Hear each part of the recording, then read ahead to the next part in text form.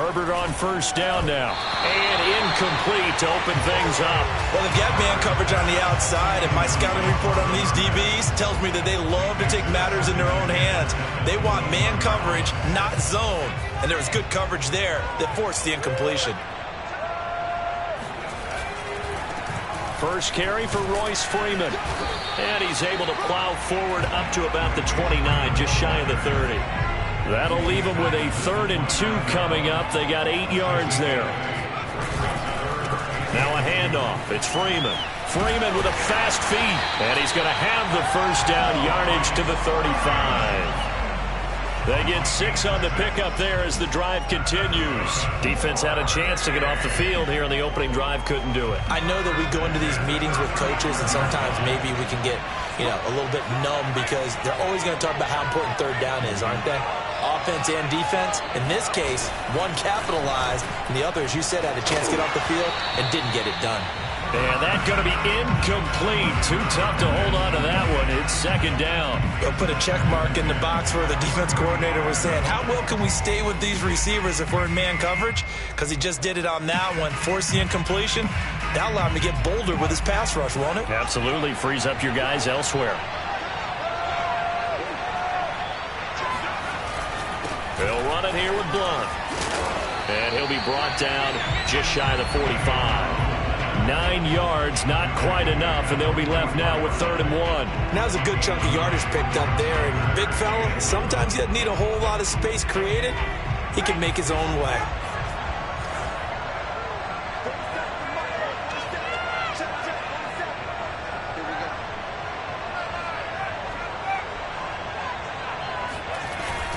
Here's Blunt.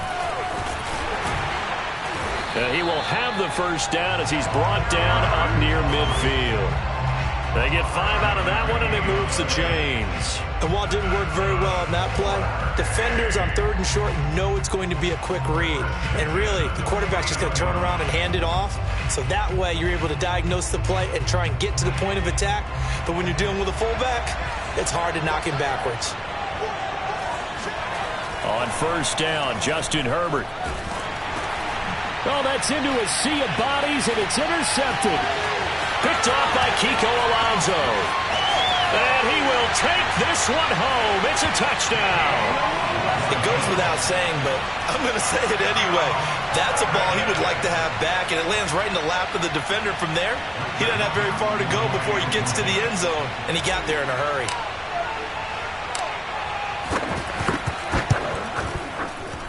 Extra point right down the middle, and that makes the score 7-0.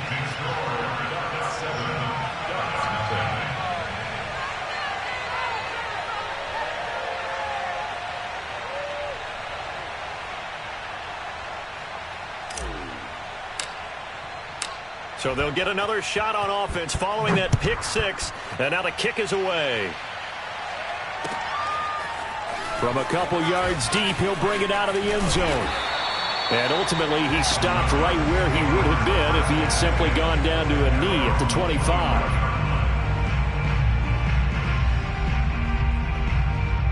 The Oregon offense on the field, ready for their next possession. Fresh off of 6 the other way, it's Herbert. Forced out to his left. Oh, look at Thomas wide open. And he'll be out of bounds, but able to get it up past the 45. A well-executed 22-yard gain. And now we're going to get a timeout here called by the defense. They'll have 2 remaining as we step aside here in this first quarter.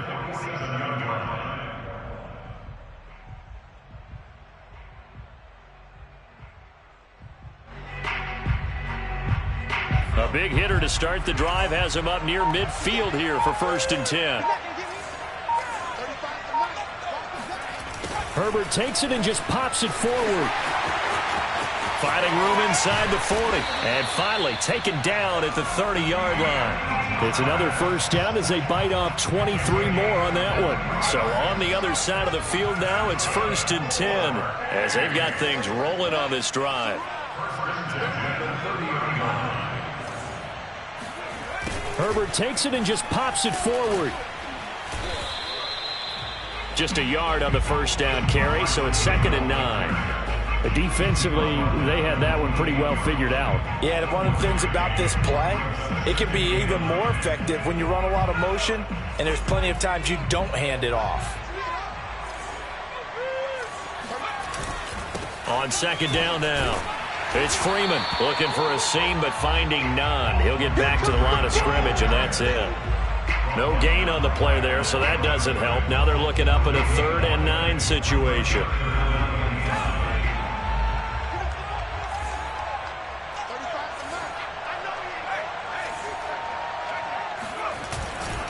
This is Freeman. And they will eventually get him down, but he's inside the 5 all the way to the 3.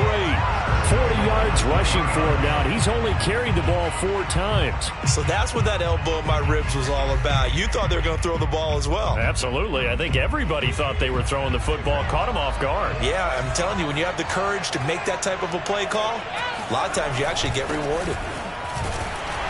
And the D not yielding much there. He's only going to get a yard to about the 2. Good first step there defensively, but they're still knocking on the doorstep, so maybe another run here? I think so. One of my favorite coaches used to say, son, if you can darn near lay down near the end zone and get in, give me my best power running play with my best back right now.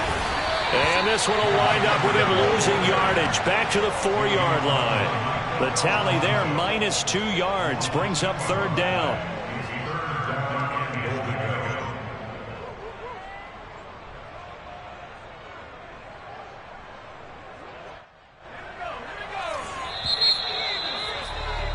After one, 7-0 on EA Sports.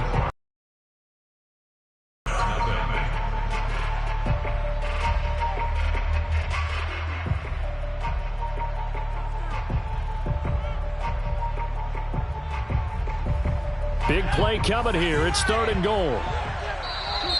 Now flags will come in. I think this one's going to be on the defense for jumping. So that's going to move them half the distance.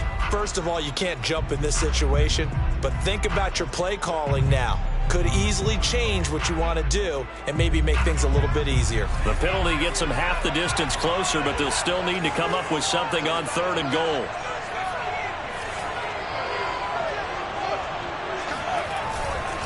Now Blunt, hammering for the goal line. He loses the football. And the defense says they have it. Yes, they've got it. He doesn't get many opportunities to carry it, so he's got to maximize. In this case, after dropping it like that, I think his number is going to go way down. What do you think? Yeah, and sometimes those fullbacks, let's just be frank, they usually don't have the hands that the running back does. And it's hard for them because they do so much blocking that a lot of times their hands actually get beat up in the process, and it's hard for them to hold on to the football.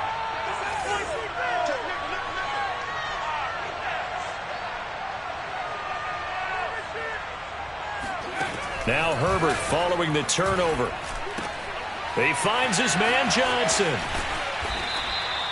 A gain of 6 there on 1st. It's a game of matchups, and that's why you take your receivers and move them around a bunch, especially your best guys. And when they work out of the slot, you often hear the coaches talk about how great it is because it gives you a two-way go. You can break out or you can break in. That makes it hard to defend.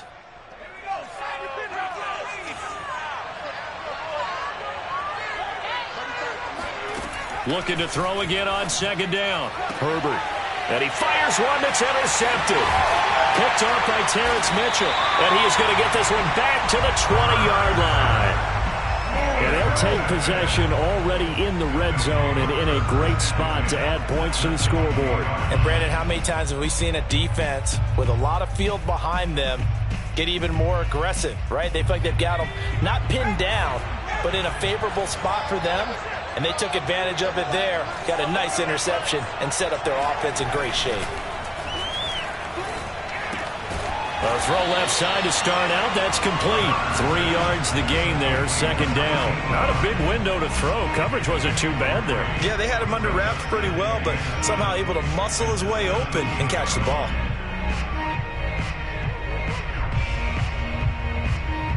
So from the 17, here's 2nd and 7.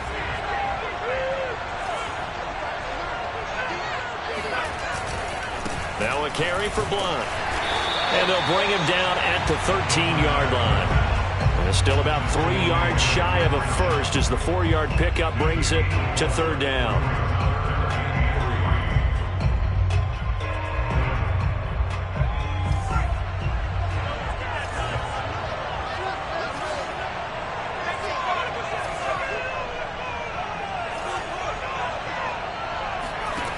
Justin Herbert looking to pass.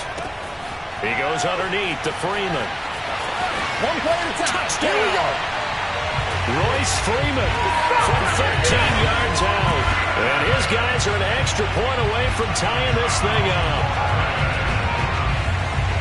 It seemed like they were so focused on the guys out wide, they forgot about him out of the backfield. That's a really good point because you've got to communicate, and oftentimes when you start counting receivers, that's exactly what you do. You start from the widest receiver, work your way inside. Who gets lost sometimes? The back in the backfield. That's exactly what happened there. And he got into the end zone. So all even at 7 now as they kick it away. And that one will bounce out of the back of the end zone, so we will start here at the 25.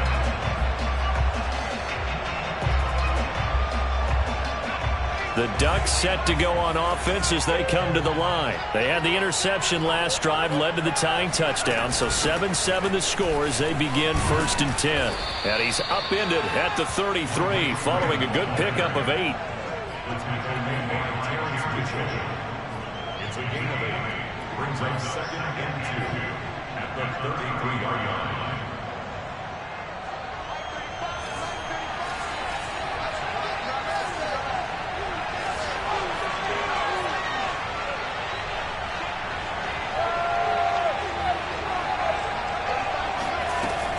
Here's Freeman again on 2nd down.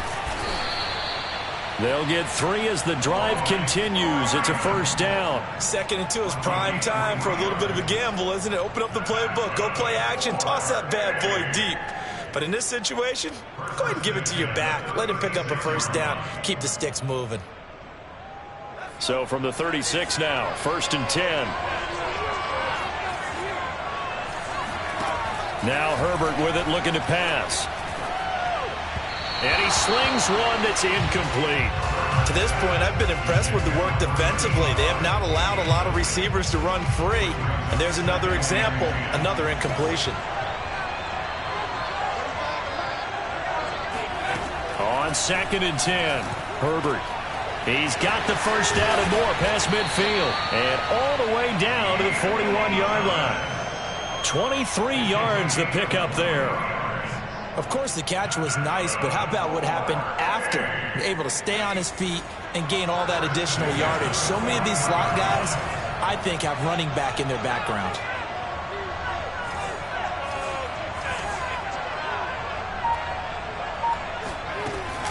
This is Freeman on 1st and 10. And this time they were ready for him as they'll stop him right at the line of scrimmage. That's going to wind up a loss of a full 3 yards on 1st down. Herbert off of play action. This throw incomplete, nearly picked off. And with his pedigree, he doesn't drop many of those. But 3rd down coming up. An incomplete pass on that last play, and that means they'll need to come up with something here on 3rd down. Play action. It's Herbert. Nowhere to go for Herbert, and he's going to go down. Now the defense going to use the first of their timeouts as the clock will stop with 34 seconds to go before halftime.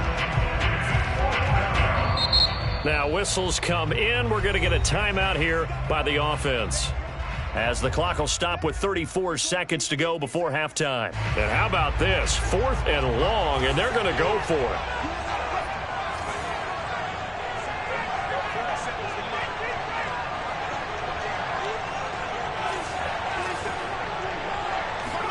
They snap it to Herbert.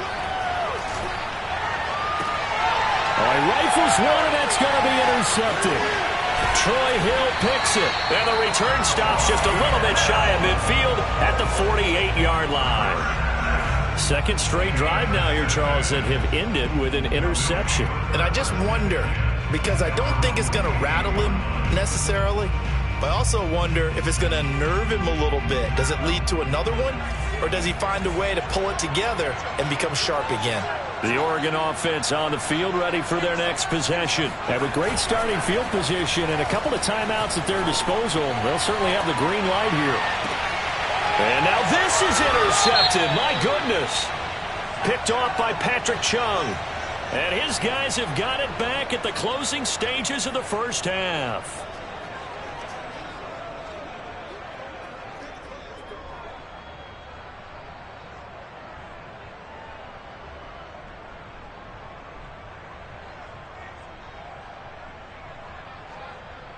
So this helps to start a drive. After the penalty, it'll be 1st and 5. Now it's Herbert. Got a man. It's Brown. It's a 9-yard gain, and it'll keep the drive moving. Now another timeout called for by the offense, as they'll stop it with 13 seconds to play in half number 1.